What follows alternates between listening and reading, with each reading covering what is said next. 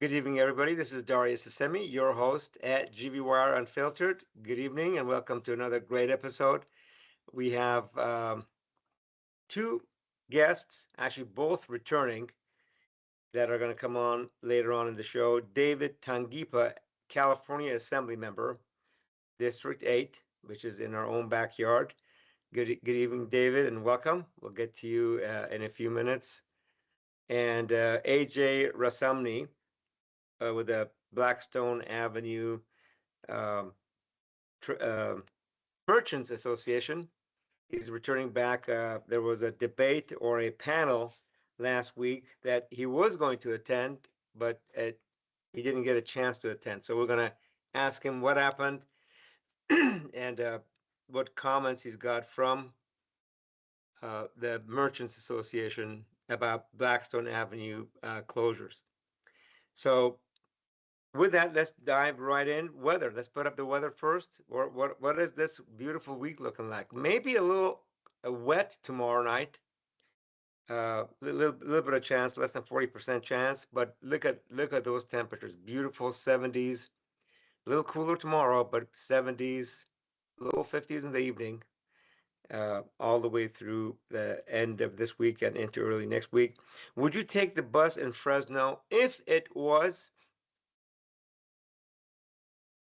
Even if it was reliable, I'd never take it. That was almost 2/3 of you said, no way, I'm not going to take a bus. And then followed by, if it's reliable and arrived every 15 minutes, I'll take the bus. So it sounds like most of GB Wire viewers on Facebook said no to the bus. And article that Edward Smith had last week basically talks about how middle and lower income folks would actually, let's take that off. We're not ready for that slide yet. Lower and middle income folks would have a better path to prosperity, economic prosperity, when they have access to an automobile, at least in Central California. Study that was in Edward's article that Jennifer Hernandez referred to as well. Okay, now we go to vehicle miles traveled, VMT, which is going to be a new tax potentially next Thursday, a week from Thursday. Fresno City Council is going to vote on whether to tax Fresno new homes, new businesses, upwards of $12,000 potentially per home, and could be several $1 million for new commercial developments, especially in parts of town that don't have much development. So stay tuned. A lot more information coming out of for GB Wire on what's happening with a vehicle mile travel tax on new homeowners and new businesses in the city of Fresno. And I'm going to ask AJ if he's up to speed on the VMT. He's also a candidate for city council, and I'm going to ask his position on this here when he joins us shortly. Israel strikes Gaza and halts aid, accusing Hamas of attacks in gravest test of the truce so far. A lot of coverage on GB Wire on Gaza, on Israel. By the way, also on U.S. congressmen and congresswomen that are not taking American Israeli Public Affairs Committee donations. U.S. steps up diplomacy after Gaza truce shaken, and the government shutdown may end this week. I want to bring Bill McEwen up. Bill, what do you think the odds are of a government shutdown, end to the government shutdown by the end of this week? So that came from a White House advisor. The spin is on the optimistic side. The Senate last night had its 11th vote to end the shutdown, and it failed. I think there are very serious issues that have to be resolved, differences between the Republicans and the Trump administration and the Democrats. And the big hangup I see is House Speaker Johnson not having the Republican House members in session, working on this, negotiating, he sent them home. There's one exception to this. Kevin Kiley from Northern California, he's in Washington. He says he's ready to work. He wants to get this thing done. Um, I think it's a principled stand, but some people are making fun of him, saying, well, when Proposition 50, if it's approved, Kevin Kiley's going to be out of a job. So at this point, he doesn't have anything really to lose. But I always like principled stands, and good to see somebody standing up for a little bit of common sense. I mean, this is really the first government shutdown we've had in which one party has sent, a great portion of its lawmakers home. I don't think that's good for governance. Thank you, Bill. And right after this, our next topic, U.S. cattle ranchers and soybean farmers are fed up with President Trump. Bill, I think this was your column. Well, it wasn't a column, it's a news story, News but story. just straight away, I mean, farmers have been strong supporters of President Trump. Early on with the tariffs, they said, yeah, we may have some pain now, but it's going to work out for the better of not just us, but all Americans. But we've seen the tariff policy be so haphazard, just created a lot of distrust, chaos, and soybean farmers for sure are highly critical of President Trump. Many cattle ranchers are as well. And there's just some crazy things going on here. For example, and these are unrelated, but still kind of related issues, and it explains why the ranchers and the farmers are so upset. One is we're giving Argentina $40 billion in aid, 20 billion just straight to their central bank to prop up the peso. The peso at losing all value. The other thing is $20 billion to build a facility there in that South American country. So $40 billion in the latest round of deal making, US to Argentina. But what does Argentina do? It drops all its tariffs, all its export taxes. It's now selling a lot of soybeans, 7 million metric tons in the latest buy to guess who? China. And China Wow. is saying, we'll never buy another American soybean again as long as these tariffs are in effect. So not only do the farmers lose their biggest market, which was China, they got new competition with Argentina. In addition, President Trump, it hasn't happened yet, but he floated the idea he's going to buy a lot of beef from Argentina. He says that will lower prices in American supermarkets. Clearly, the president doesn't understand about the supply chains and how long something like this would take to affect supermarket prices. Meanwhile, if we're America's buying Argentinian beef, that's reducing the market for American cattle ranchers. It's also creating more competition. And the scariest thing of all, Argentina has a very notable and recorded record of problems with disease in their cattle. If that comes into the United States, is introduced to create havoc, huge losses for American cattle ranchers. So, like I say, farmers generally have supported President Trump 2016, again in 2024, but they're tired of it. And there's also a number of farmers saying, we don't want bailouts because Trump did bail out farmers in 2016. Not really the farmers around here because they grow specialty crops. The big bailouts were for the soybean guys, the corn guys, the wheat guys, many billions of dollars. But the farmers are saying we're just tired of all this chaos. We want predictability in the market. And so a lot of frustration coming to the top. Thank you, Bill, for that. Polls show Governor Newsom, narrowing gap with Vice President J.D. Vance in the early 2028 matchup. They're within 1 point or 1.5 points. Numbers haven't changed. There you go. 1 point. Um, the spread has been about a point. Of course, this does not mean there's a electoral college win right away. The 1% spread could translate into a lot of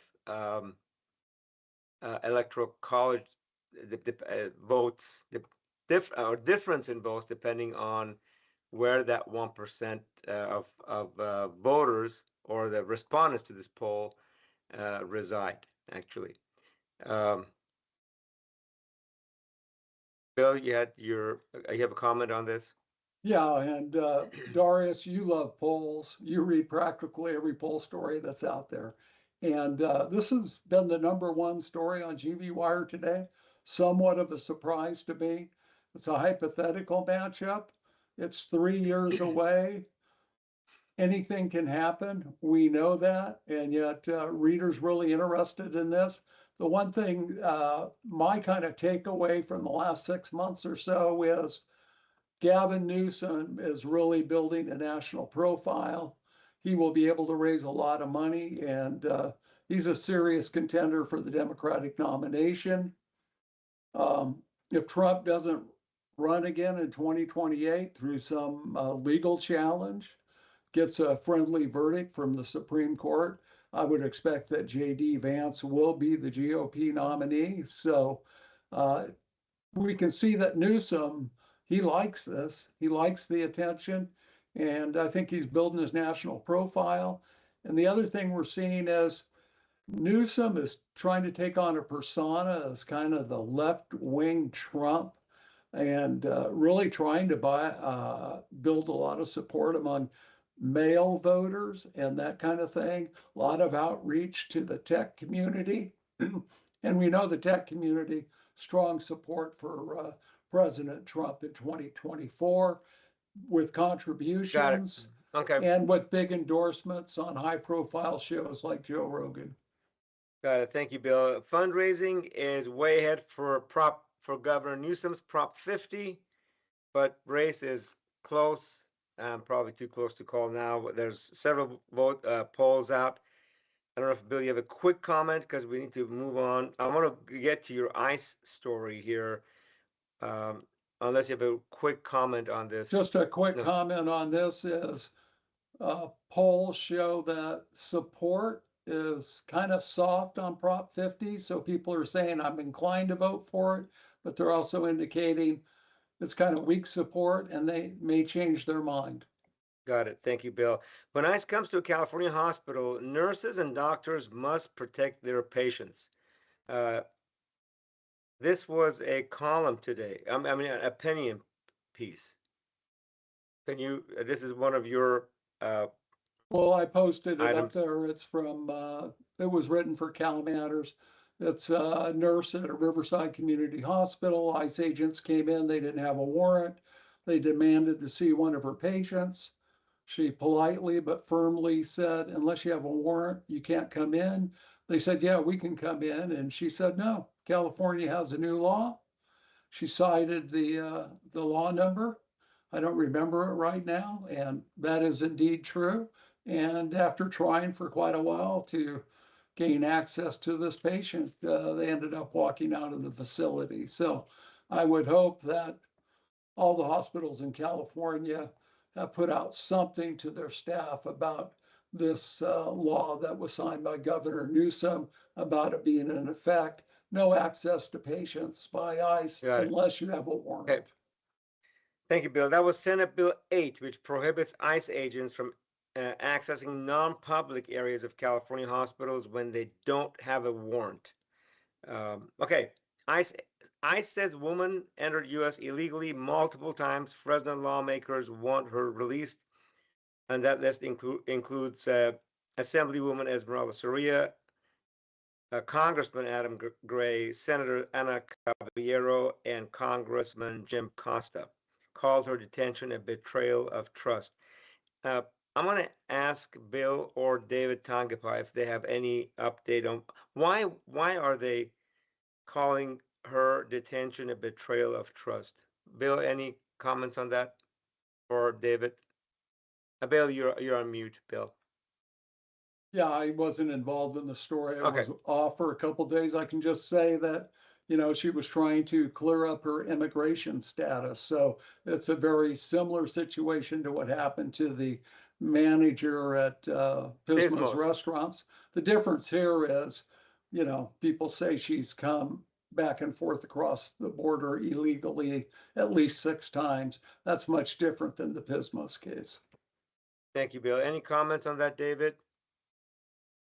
Well, I'm not too familiar with the case in Okay. itself, but I do know that with ICE and immigration, I've spoken to both what the White House is planning on doing, and it is making sure that they're enforcing the laws that are on the books. And so if this individual has crossed the US border multiple times, that's multiple felonies that they've committed on that. I know that it's easy to say that it is a betrayal, but what's been a betrayal is actually not enforcing the laws that are in place, believing that we have the supremacy clause in our own individual landscape. There are rules here. We have rules that we need to get back to. We have rules that need to be enforced. And what people don't like is accountability.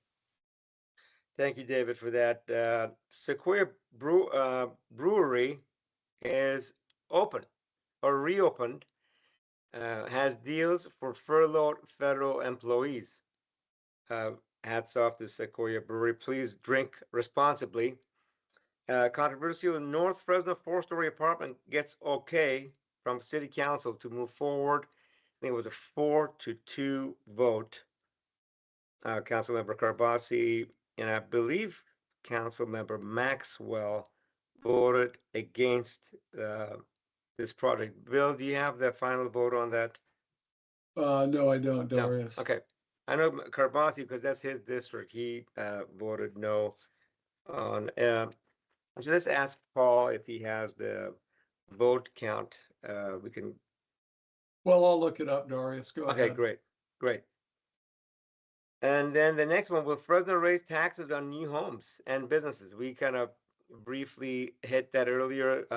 Article that came out last week. Actually, this article came out Friday about what this tax could mean for new Fresno home buyers for new homes and new shopping centers that want to go in, especially in areas that don't have a lot of development.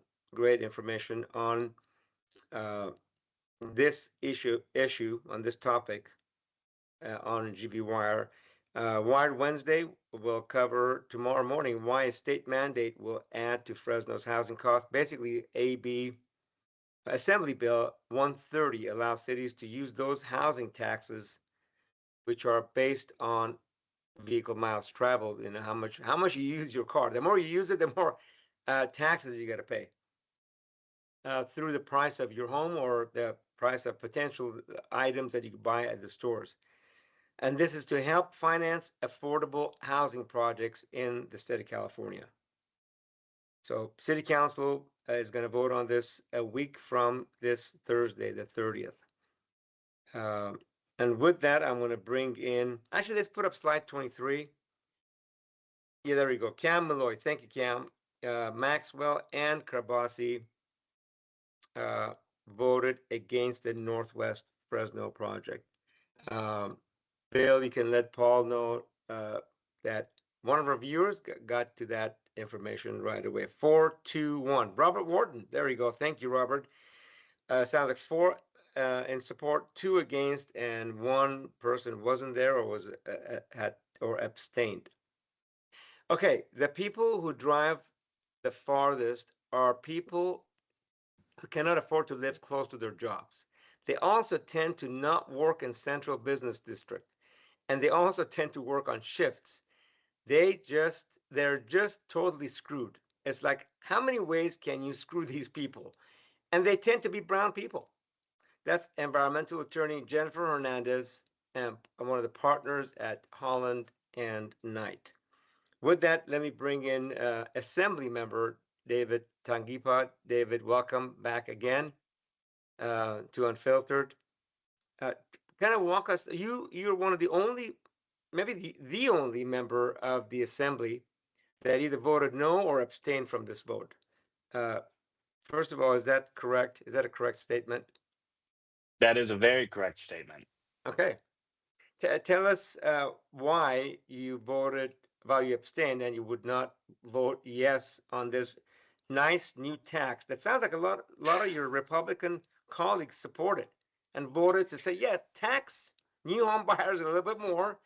All the new businesses that are opening up in some of these new suburban areas, let's tax them more. So kind of walk us through that, Yeah, please. the main reason why I voted against AB 130 and 131 was, even though the legislature likes to talk about affordability, you've got to prove it. And they came up with this vehicle miles travel bank because they're not actually focused on affordability.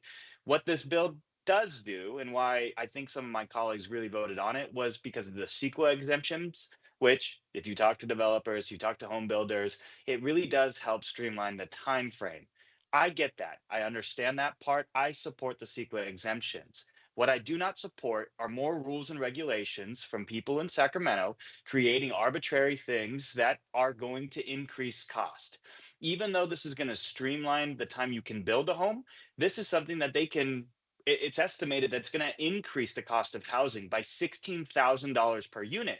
You want to go out and you want to build in an area where you can build, well, if it's too far from this, they're going to throw on more taxes. If it's too far from this, how many more things do they want to say that they're going to tax us on to increase prices? I mean, this is something that we already know does not work.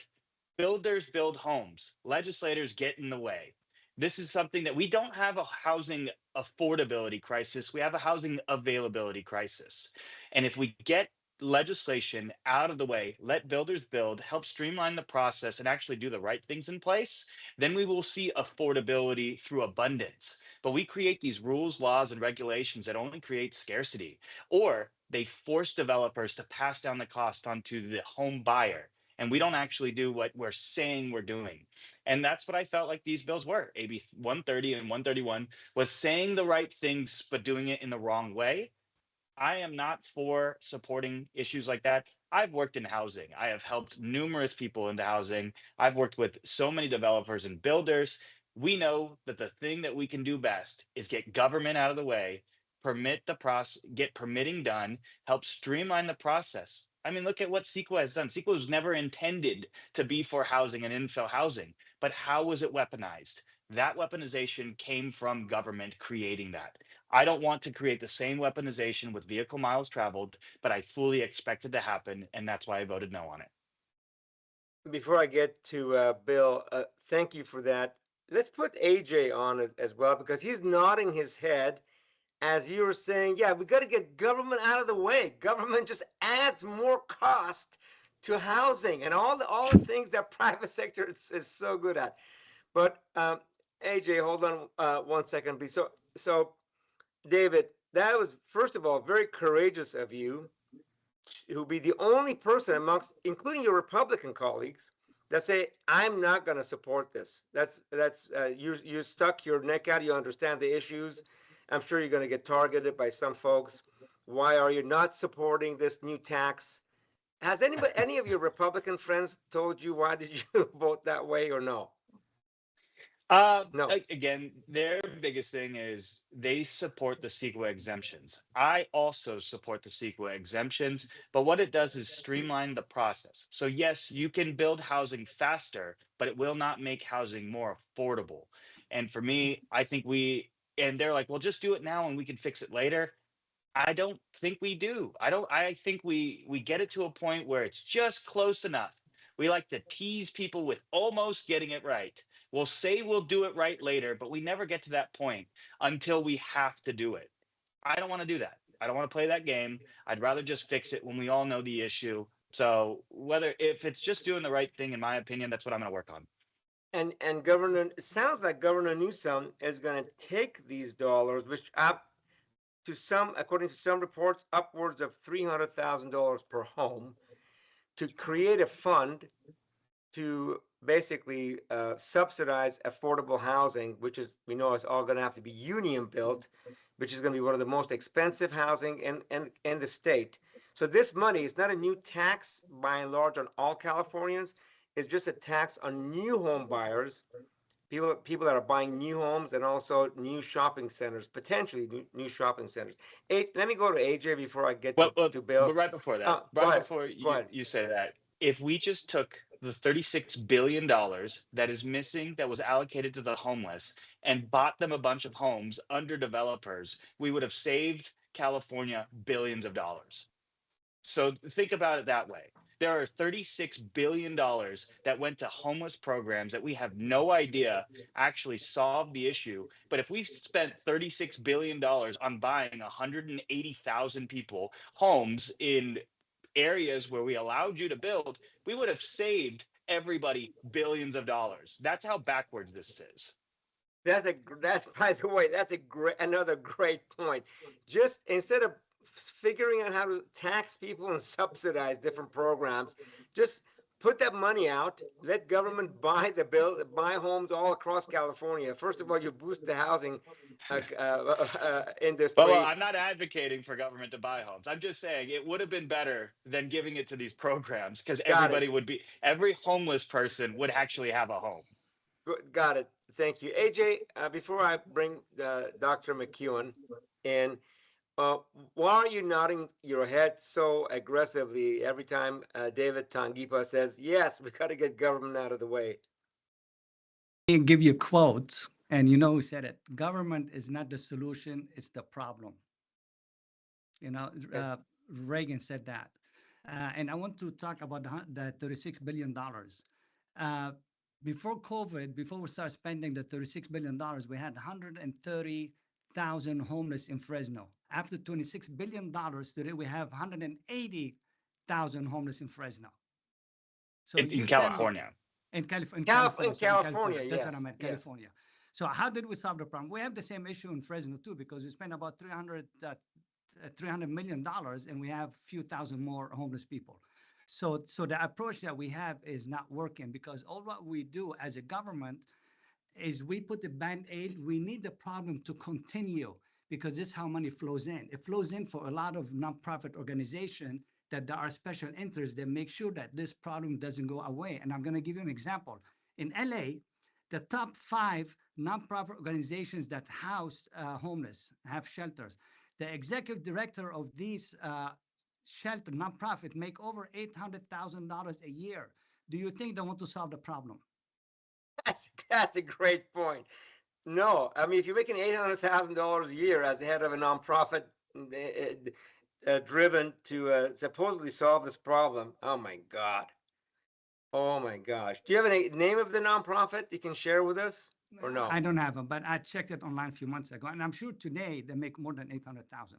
Okay. Every year they give themselves raises. Let me bring Bill McEwen. Bill, you had a comment on this whole tax and spend program. So it's not a comment, it's a question for Assembly member. Glad to have you here tonight. And just in the interest of disclosure, David and I served on the same board a couple of years ago for quite a while, so we know each other. Was this the U.S. Senate board? Oh yeah, I wish.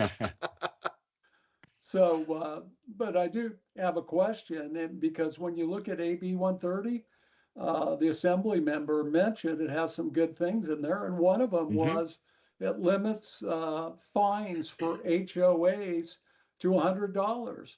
HOAs that abuse this power for years, fining some of their residents, $10,000 because they painted the house the wrong color or something like that. It was actually common sense legislation. But Assembly member, what do you think when you have all these things that are just thrown into a bill? They're not related.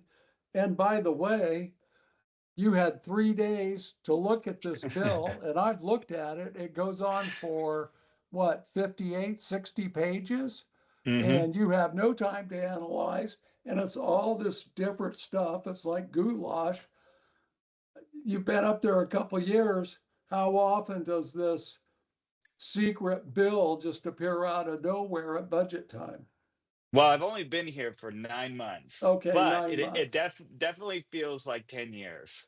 But I will tell you this, the process in itself is something that it breaks my heart being an assemblyman and looking at it from the outside in. I mean, think about how these bills were passed first. They passed with no language on them. They went through the House with no language because we have to send it over there, and then we again will fix it later, or we'll add language to it. But then it comes back to us, and I have 72 hours to review it before we get it all the way through. And that's what happened with a budget trailer bill, is what it's called. I don't like that process. I think we're the fifth largest economy in the world, and we represent 40 million people. And yet we're making decisions in back rooms in 72 hours to dictate a state as vital and as important to not only the United States, but to the world as California. I think that's a disservice. I think the entire process that we do on it. These bills weren't even presented to us in the budget committee, because when it first left the Assembly Budget Committee, it had no language. We passed it with no language on it. They're blank bills. And we do that so we can expedite the process, get it to the Senate, gut and amend it there, put in all the language. The Senate does the exact same thing with mirror bills on our side. And then it just is supposed to expedite the process. Well, I'm sorry. I don't believe cutting corners is the way that we should balance a almost $4.5 trillion budget, the fifth largest economy in the world. That is a disservice to 40 million people. And then we throw in all these small little things: HOA, vehicle miles traveled. We have CEQA exemptions. We have permitting streamlining. And I'm like, what? Where does all of this kind of come together? Why are there enforcement laws in this? It's so confusing. As a legislator, I can find out and see why it's so frustrating for the average person who just wants to be involved. And then I have a follow-up question. It deals with VMT because the law was written a long time ago. It was a different era. It was before the increasing popularity of electric vehicles, Californians embracing zero emission vehicles, including hybrids. And we have this big mandate. We're not going to sell gas powered cars in about 10 years from now, no more in California. So why is VMT even important? Aren't we reducing our emissions through other programs?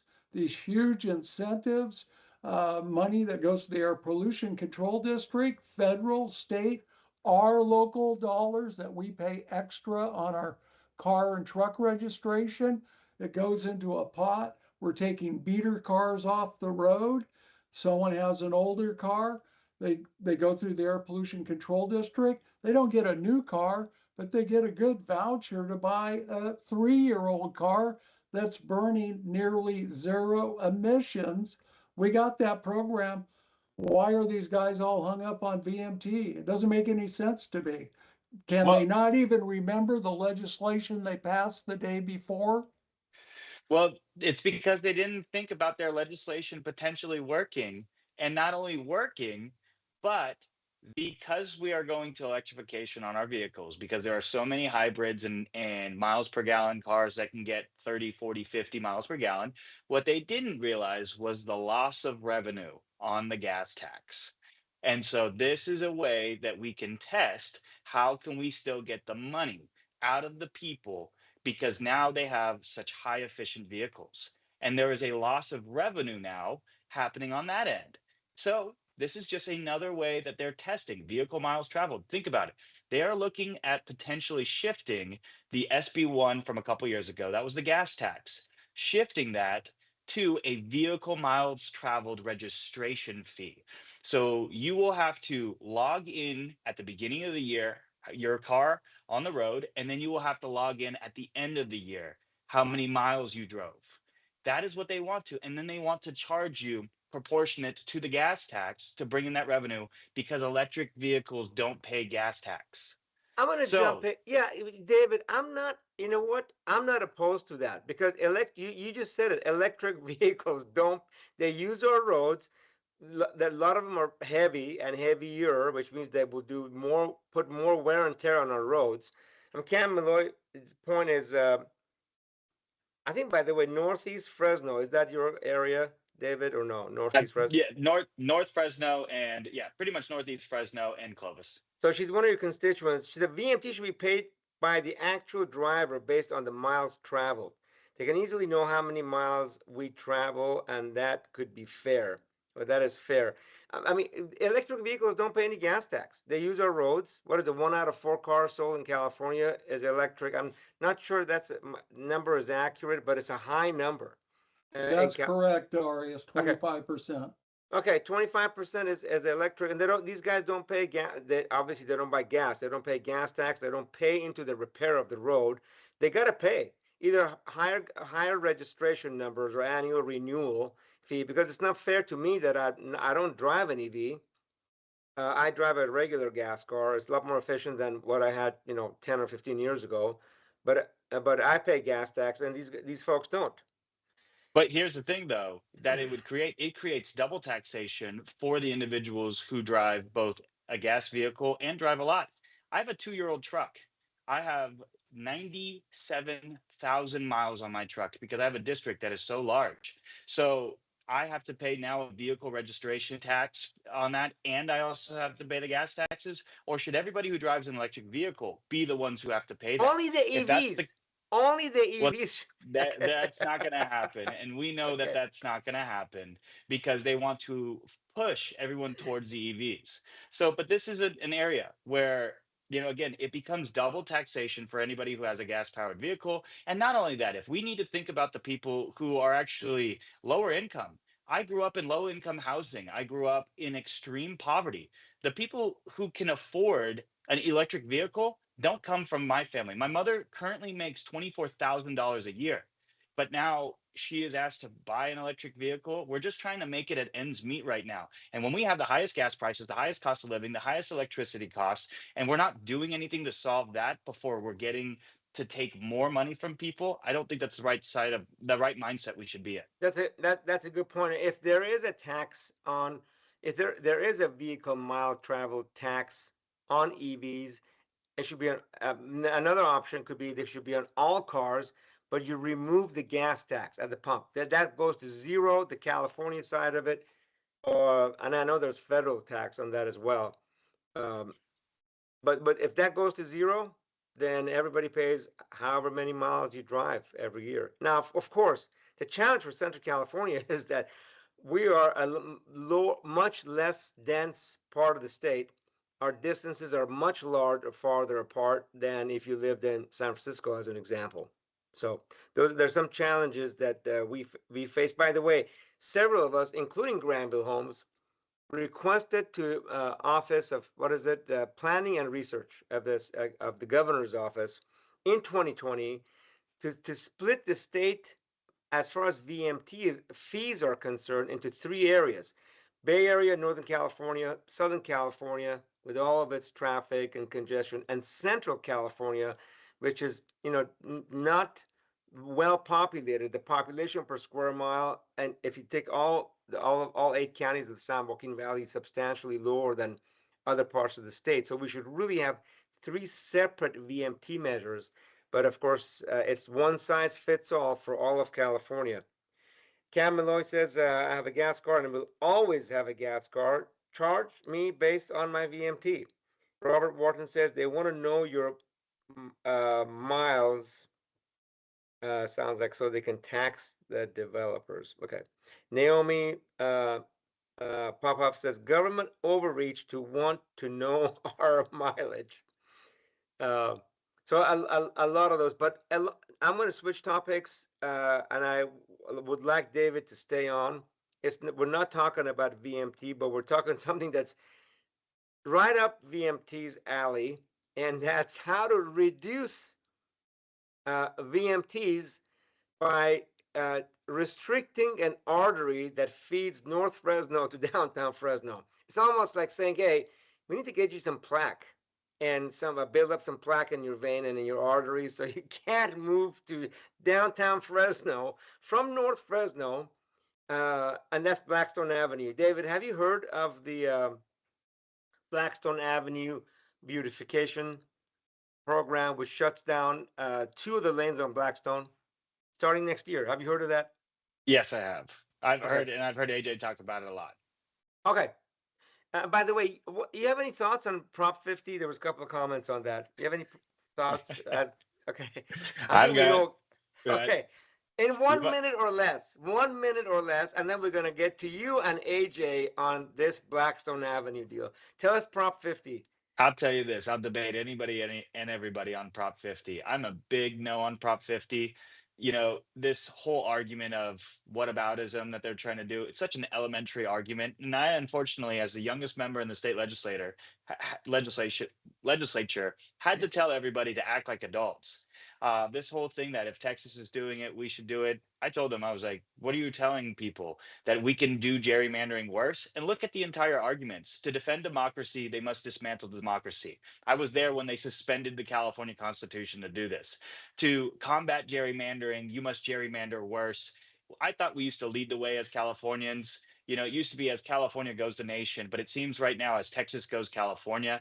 We need integrity. That's what we should be telling the next generation, that we can be better, not worse than anywhere else in this nation. And unfortunately, the weaponization of emotion is going to drive people to vote yes. Fresno County should not be with South San Jose. And that is exactly what they're doing with these maps. Redding shouldn't be with Northern San Francisco. That is exactly what they're doing with these maps. They are diminishing rural voices for urban voices. That is wrong. You should vote no on Prop 50. Thank you, David, for that. I want to bring Bill on, but one of the folks that I was listening to on Prop 50 is one of the Clovis Council members, and said, City of Clovis is going to be split into 3 congressional districts if 50 passes. So if you're the mayor of Clovis, or you need to talk to your federal counterpart, you're going to call all 3, try to get an appointment with all 3, figure out what the issues are. And there may be conflicting issues between the 3 members of the House that will be representing Fresno. I'm sorry, City of Clovis. Okay, Bill, and then we're going to move on to the beautification of Blackstone. By the way, I'm going to make sure Paul is still with us, that we did invite a couple of people that are on the Blackstone Avenue beautification plan, which is reducing lanes. I know Mr. Ivan Paz was invited. He turned us down, and I'm going to ask Paul, did we invite Mr. Bergthold? And Paul can respond on chat with me. But go ahead, Bill. You had a... So I had a question for the assembly member, which is, we're seeing gerrymandering, particularly in Republican states all across the country. So as a Republican, are you using your platform to say we shouldn't be doing this in other states? We should be having the kind of districts, they should be drawn by bipartisan independent commissions, and they shouldn't be in the hands of the legislators. Lawmakers shouldn't be picking their voters. I mean, are you going to do that in the future? Because you just took a strong stand against this. And I will also note ballot harvesting, which President Trump has been against forever, was invented in Texas. California just copied it. So please tell me what you're going to do as far as raising the visibility of, let's go with independent commissions. Well, I'll do you one even better. In the elections committee, they asked that exact same question. I gave them one answer. Yes, I support independent redistricting committees across, because I believe it's the gold standard. And it shocked them because that is the gold standard. But let's not look at, we're comparing apples to oranges with what happened in Texas, with what happened everywhere else. When we here have a different California constitution and voters already set the standard, that's the gold standard. That should be across the entire United States, but it's not. But I am a legislator here in the state of California. And if we're going to legislate off of everything that every other state does, when we have the highest poverty, highest unemployment, highest unaffordability, highest uneducated elementary school children, highest illiteracy rates, I'm not looking at any other state other than solving the issues here. 8 months ago, we had a different president under a different federal administration. What were our problems? $825,000 housing is the average cost. Again, the unaffordability and all of the poverty, homelessness. So let's not compare state to state. Let's look at California in the mirror, say it's our fault, set the gold standard, and do better. Okay, we're going to move on because we're almost out of time, and I want to get to our beautiful Blackstone. The amount of, is it 15 million the city of Fresno is going to spend to tear out roads. Sorry, cars, you have to, less cars can go down Blackstone or up Blackstone Avenue. Uh, by the way, we did invite Keith Berkthold, who used to be at the city of Fresno. Now I think he runs a nonprofit. I don't know the exact title of his nonprofit or the nonprofit that he runs or works at. AJ, if you have that information, please share that with us. But he turned us down. He could not attend. Okay, a couple of quick comments, and then we're going to get to Blackstone. English legal. California needs a moratorium on new bills for at least a year. So they have time to review the bills they've passed in the last 5 to 10 years and clean out the duplicate rules and regulations and get rid of them. And at the same time, declutter all the state government agencies. Great answer, David, from Inga Schlegel, by the way. Sounds like she may be one of your constituents. I don't know exactly if she is or not, but she's one of the fans. And Cam Malloy says, I know she's one of your constituents. I agree with David. I don't care what Texas is doing. No on 50. Okay. With that, we're going to switch to our final topic, which is Blackstone beautification.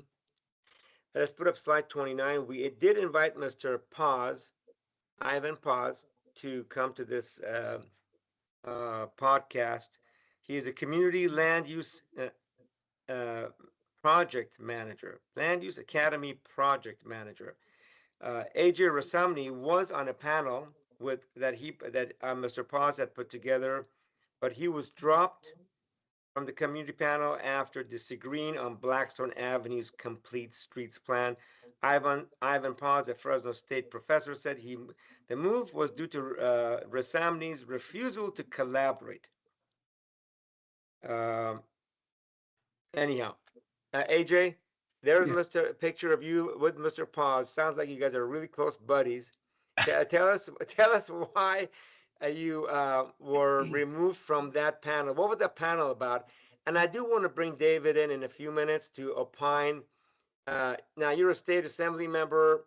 This thing is already funded. Sounds like from the state or I don't know where. And the work is going to start next year to tear out one lane in each direction on Blackstone Avenue. But AJ, kind of walk us through what was the panel about and why were you kicked off the panel? So first, Ivan called me, and he's a good friend. I've known him for 10 years, so I know Keith for 10 years. He called me to be on a panel to discuss Blackstone diet. I said, of course, I'll be on the panel. But then a few days before, he called me to interview me to see my feedback. I said, look, my priority is homelessness, that we need to solve it first because that's a problem that needs to be solved before we can do it. So you cannot beautify your way out of dysfunction. I said, we need to solve that problem first. Painting over rust, the rust doesn't go away. The corrosion is going to come back. So we have an issue that needs to be solved. And he kept on insisting, no, you have to see it our way. You have to cooperate with us. And when I said, look, I represent 3,000 people as Blackstone Merchant Association. I represent 400 business owners on Blackstone. And I'm talking on their behalf. I cannot cooperate with you. The idea is good. I like when I go on vacations to go to walkable areas and walk. I want to do it. But at this time, as long as we have the homeless issue, if we widen the streets before we solve the issue, we're not creating accessibility, we're creating liability. For two reasons. When you widen the sidewalks, it is not walkable. There are no business to walk to. You're going to widen the sidewalk for drug dealers, for pimps, for loitering, for encampment.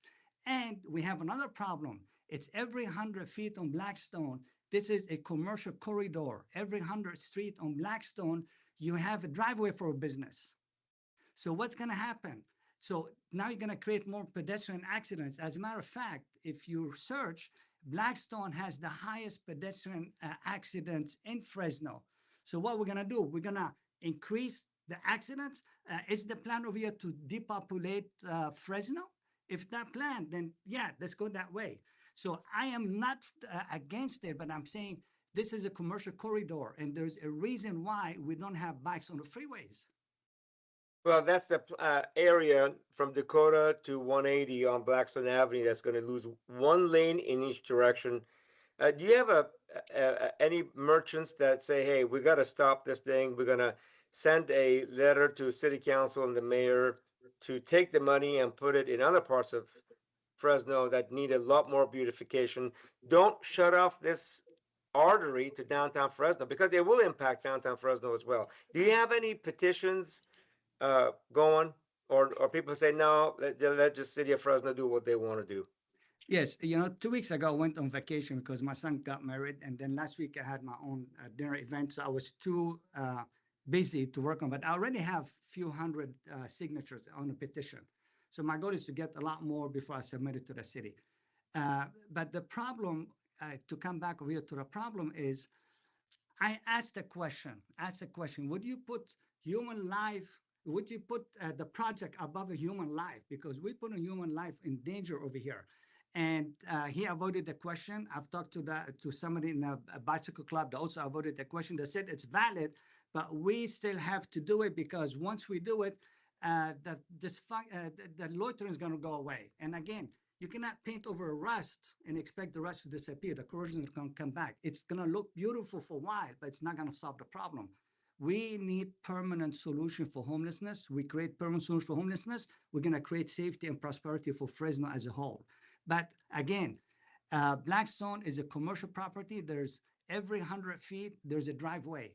We need to solve that problem first. If you go to Glendale on Brand Boulevard, or you go to Vegas on the Strip, the buildings are all attached together as if it's all one building as you walk the Strip. Or you go to Glendale Boulevard the same way. There's no cars can go in and out. So we need to solve that problem first. Otherwise, we're putting human lives at risk.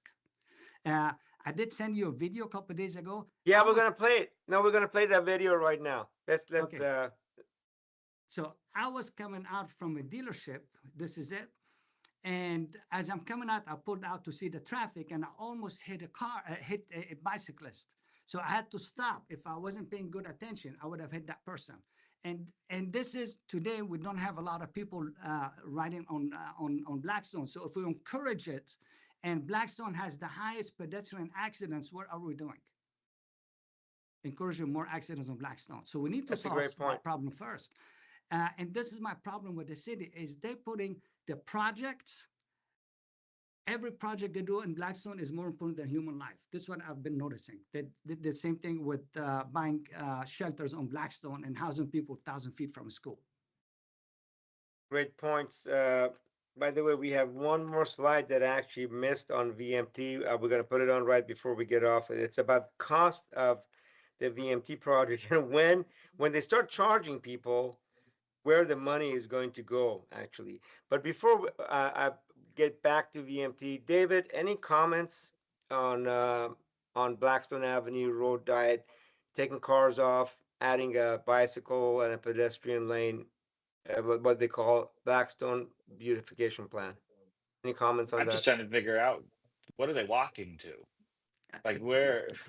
That's my main question. And not only that, my master's project when I was doing my MBA was with Keith, and it actually had to deal with the beautification of the Blackstone corridor. We talked about, okay, if they're going to move towards commercial mixed use, if we're going to add housing, how are we going to convert? There's a lot that we actually did there. And I can tell you this, most of our study came to the conclusion that it is extremely unaffordable, and it's not workable because when I look at cities and city building, you have to have an anchor. Well, what is the Blackstone anchor? It's really there is a lot of commercial there, but an anchor for people to go to. What are they traveling? The Radcliffe Stadium used to be the anchor for that. Fresno City College used to be Fresno State. That was that anchor on that main vein. But that has shifted. We have moved areas, and Fresno has really had this outward sprawl, that has really shifted. So we've got to really focus, in my opinion, when it comes to that, on prioritizing projects that work. I am unsure what making Blackstone the walking corridor will do when it doesn't seem like there's such a massive need to make Blackstone a walking corridor. I don't see many people who actually walk on there other than people who are walking to the bus station or walking to get somewhere else. And so I'm just unfamiliar with it when it comes to that direction. If we wanted to get to the commercial land use, mixed use, different housing elements, maybe, but again, I just don't see the efficacy behind it. And we have several bicyclists, and I want to say a woman from the Bicycle Coalition that says, I disagree with this thing. Personally, and I'm a cyclist as well, and I love trails. I love pedestrian trails. There's a time and a place for them, and it's definitely not on Blackstone Avenue where you have a lot of cars that can hit you, that are spewing greenhouse gases or emissions, and that you're going to be subjected to. I wish Keith would show up to this.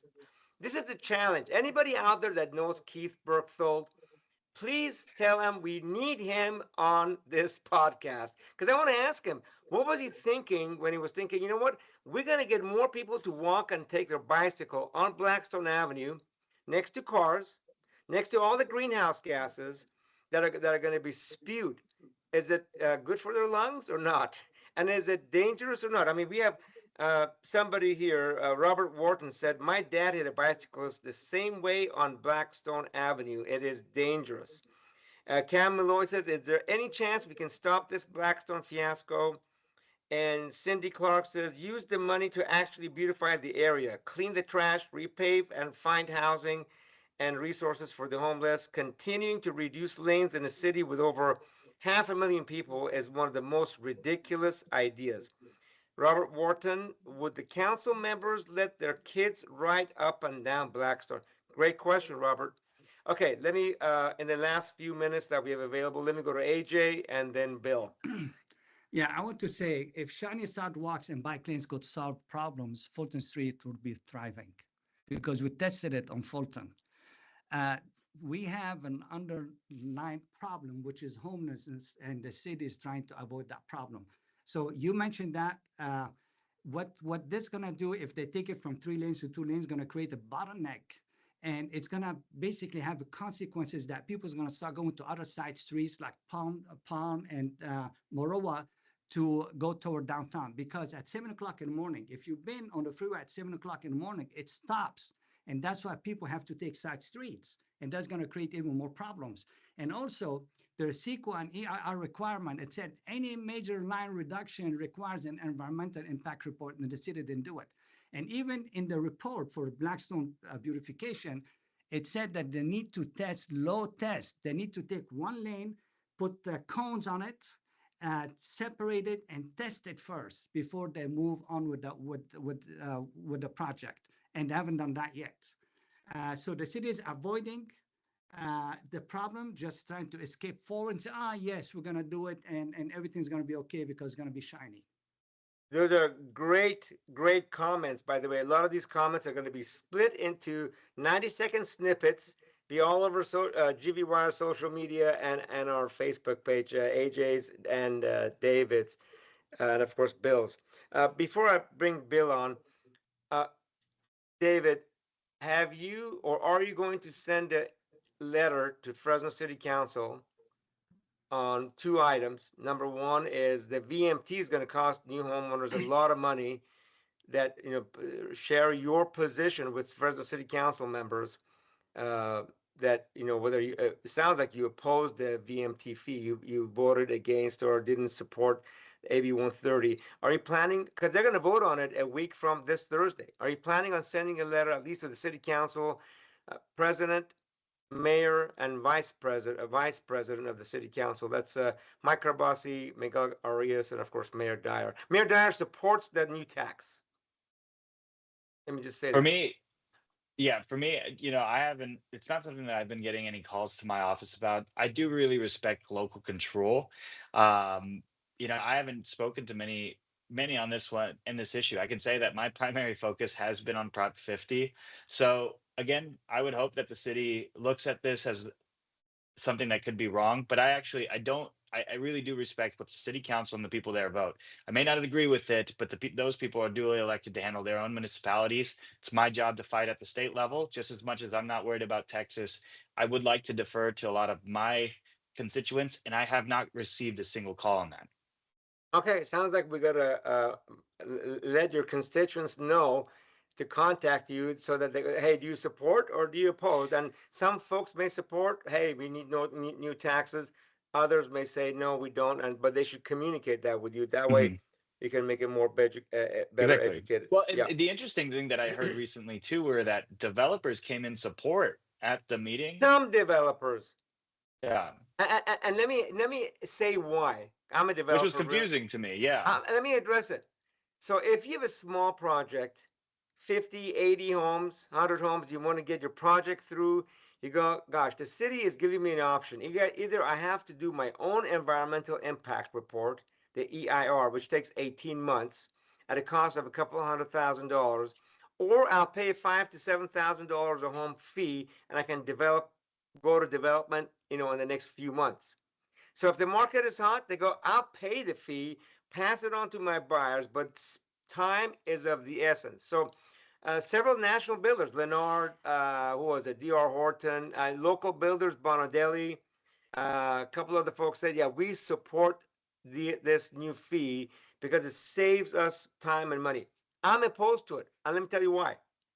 It's a tax that is not calculated appropriately. There's lots of errors. And let's put up our slide 36, and you'll see it. They're charging fee to reduce VMTs based on these 24 projects they're going to do.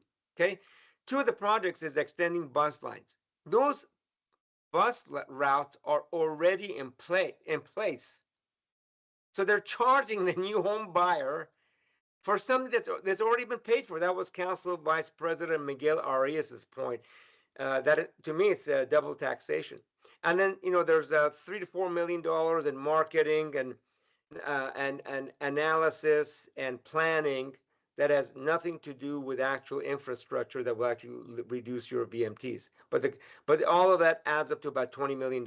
So Granville Homes is against it because the math is incorrect. And by the way, the last reason why I'm against it, there's developments that are larger, 500 homes, 800 homes, 1,000 homes. Give us the tools. Actually, let me back up. We have the tools. Let us be innovative and create walkable communities like Copper River Ranch, where you have trails, you can have your own, you have bicycle lanes, you have shopping, small shopping, you have restaurants, you have office, you have Starbucks, you have a beautiful mix of walkable communities, which is really what home buyers want. The ones that want to live in the cities, they want walkability to services. Yes, we're going to go to Costco to get, big stuff and occasionally to a grocery store, but 70-80% of my needs can I walk to? Can I cycle to? Let us do that. Let us use this innovation, be innovative, and put those into our plans, into our master plan communities. There's very few master planners left in Fresno. We're one of them. Let us use those tools and reduce our VMT so the fee to the home buyer is zero. And what we do, we put those resources in building beautiful trails, uh, small stores, outlets, restaurants, small offices. So it becomes a true walkable mixed use development where people can live, work, and play, and therefore reducing that. And City of Fresno said, you can't do that. Everybody got to pay the same fee. And that is not fair. You're making us basically say, hey, we can't be innovative. If you want to do a truly a mixed use, by the way, SB 743, Daryl Steinberg, Senate Pro Tem, was the author of that back in, 2013, was to reduce greenhouse gases through reducing vehicle miles traveled. By allowing us to be innovative and doing mixed use developments, that accomplishes the goal of SB 743, Senate Bill 743. And City of Fresno says, no, I'm an anomaly in developers. I want to be able to use those tools. And it sounds like majority of developers are going, no, we just want to pay a fee, pay money and go. But I have news for those developers. Some of them in a few years may go, I want to do a master plan community. Oh shit, I don't have the ability to reduce my fees anymore. So those are the challenges that, in my opinion, some of the developers that are supporting it are short-sighted. We should have both. If you want to pay a fee, pay a fee. But if you want to use smart tools to make your neighborhood mixed use, you should be allowed to do that and reduce your VMT and get it. Hey, you may be able to get it down to zero. Anyhow, there's a couple of comments, and I'm going to bring Bill in. Becky Wharton, Robert, after they sue the city, that is the taxpayers sue the city. I think Robert says, if a bus runs over a bicycle, who pays?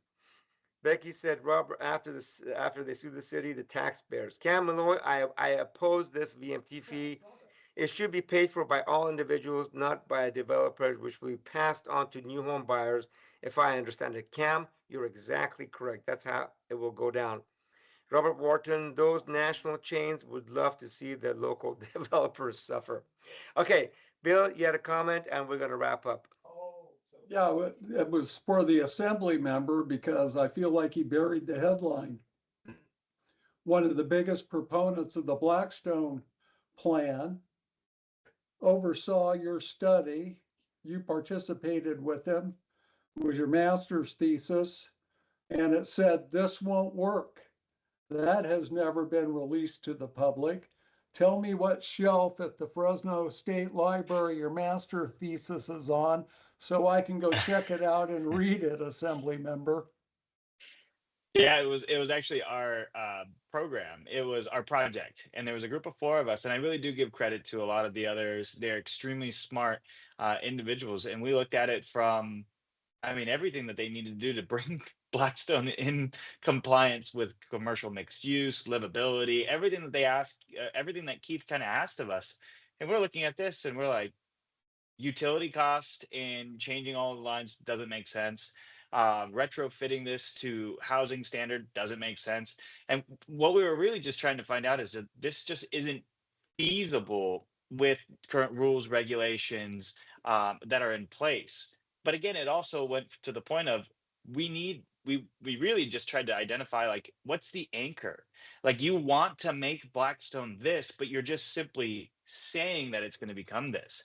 It's not, we just don't know the massive need, the massive changes. Like, you're not doing anything but putting lipstick on a pig and saying, look how beautiful it is.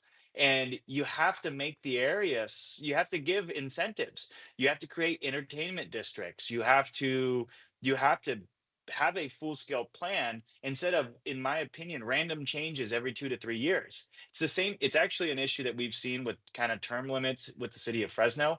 Every time a new mayor comes in, the new mayor has a different plan. You'll see Ashley Swearingen's plan to redevelop and update downtown. A new mayor comes in and they've got their own plan, and then they shift all the resources to a different one. And then the next mayor comes in and they shift all the resources. And so you have all of this kind of started projects, good intentions that never come to fruition because it takes so long to really come and put these things together. You can't have a 20-year plan if you've only got 8 years in office, and then you need somebody to carry that forward. And so that's where we're seeing all these ebbs and flows and shifts. And it's actually an issue that I've seen with the city of Fresno, because somebody comes in, they have this huge plan, they start it, it takes 6 years for it to come into fruition. Then they have 2 years of their actual administration that govern it. And then a new mayor comes in and they have an entirely different purpose and they don't care about that plan anymore. So that is really seen as an issue. We really need to start long-term planning. And I mean, I've even advocated for this as well. I think maybe even adding a third term for the mayor really gives somebody a decade to make the change, 12 years, and then you have some consistency at finalizing a project. This is where I know sometimes people look at term limits. I agree with term limits, but they have to be long enough and effective enough to cause the change that you need. I think 12 years, especially at the local level, is a really good position for that, because you get a decade to do what you need to do instead of 8 years with random turnover that leaves us in this piecemeal puzzle solution. It's like starting a puzzle and all we're But doing is putting pieces all over the place. David, I don't disagree with you all the way, just a little bit of the way. Because if you have a bad mayor that's very charismatic, and the majority of folks that don't study what that mayor is doing, that could be disastrous for this community, for this Yeah, but city. you got to just run a better campaign that way. Yeah. And Camilo say, David, and that is the problem. I don't disagree with either one of you. AJ has a comment to make. AJ, I think you Yeah. get the final word, and then we're gonna sum up. I'm gonna get David's comments, Bill's, and by the way, I have a question for you, AJ. Do you have a position on this new VMT fee that council is going to vote on next Thursday? Because you're a candidate for city Yes. council. What So is your position? Okay, so let me answer this one first. You know, there's a balance over here. So I heard what you said, and I agree with you 100%. There's a balance. If I pay the fees right now, I can start building today. And actually, building today is a lot cheaper than waiting 2 years to start building. So in a way, I believe homes could be even cheaper, even though you're charging the money today, passing the cost to the consumer. Because remember, 2 years from today with inflation, it could be a lot more expensive to build too. So there's a balance somewhere over here. I understand the position is uh, we need to move forward. We need things to happen faster, and this is a vehicle to make it happen faster, even if you don't like it, but it's better than alternative. At least it's another choice. Okay, so Uh, you support the higher taxes, basically, well, for the well, home buyers no, I am and businesses. 100%. I'm 100% with David. 100% with David. But if you only have this choice today, what do? You have to choose a lesser evil. But you know, I really respect David a lot because he's fresh there. He's not influenced by special interest, and he's doing the right thing. And for me, I am for term limits because when you stay in office too long, you lose touch with the people on the ground, and you forget where you came from. So I'm 100% with David. Everything he said, I agree with him 100%. But I want to go back, if you don't mind, to Quickly. to the Okay. homeless on Blackstone. I've talked to the bus drivers, and they complain about homeless people sleeping in the cars and in the buses, vandalizing the station, vandalizing the buses too. And what's interesting, last week when you were at the city council, a student, his name Jordan Kim, came up and asked the city council, and he said, does the city have any plan to clean the buses? Because 9 out of 10 times they are dirty and uncomfortable. So this is an example of what happened on Blackstone, not only on the bus, but that's exactly what happens on Blackstone too. Got it. Thank you. Okay. Final comments. We'll start with David Tangipa. Final message, 1 minute or less. If you have anything for our viewers on Facebook and on our website. Well, it's the thing that I've been saying for a long time. Vote no on Prop 50. Okay. All right. Thank you, David. Bill? Yes, Darius, thanks to all the guests for being on tonight. Great discussion. And just to remind people, you have that Prop 50 ballot at home. Don't wait to the end to send it in. You can vote right now. Get it in ahead of November 4th so we can know the outcome. Thank you, Bill, for that. Cam Malloy is asking, AJ, please answer the VMT question. I didn't get your position. If I understand it, AJ supports the higher taxes on commercial and new home buyers because he said that could expedite building and you don't necessarily need to have options on mixed use. Is that correct, AJ? Well, I said it's a lesser evil. That if But you have no but choice, you but need just to pay do the it. taxes. But pay the taxes. To Yeah. pay, but I'm saying also it could be cheaper to build instead of waiting 2 years to start building. So the construction 2 years from today could be a lot more expensive than the $12,000 you're charging them today. Okay. Well, and I will clear up my position. I do not agree with the vehicle miles tax. I agree with streamlining the process, but it shouldn't Yes. be the weaponization of government. It should Yes. be the incentivization of government. We've seen what developer impact fees have done. Developers just go somewhere else. This doesn't help, Yeah. and we need to make sure that we're getting government out of the way, and that's my position. Great point. That's a great clarification. So, David, so I would say that you, City of Fresno, is it fair to say that you're against the VMT tax on housing and commercial? Well, just like my vote on 130 and 131, I don't agree with it. Okay. And I Got it. I Oh, hold agree on, with hold on. David. Wait, AJ, one at a time. Okay. You have to raise your hand first. Okay. Okay. So you don't. David Tangipa does not agree with the new VMT tax that's going through City of Fresno. Thank you, David, for that. I think we're done, wrapped up for this program. Thanks, everybody, and see you all hopefully next Tuesday. Yeah. Good night. Thank you. Take care. Good night.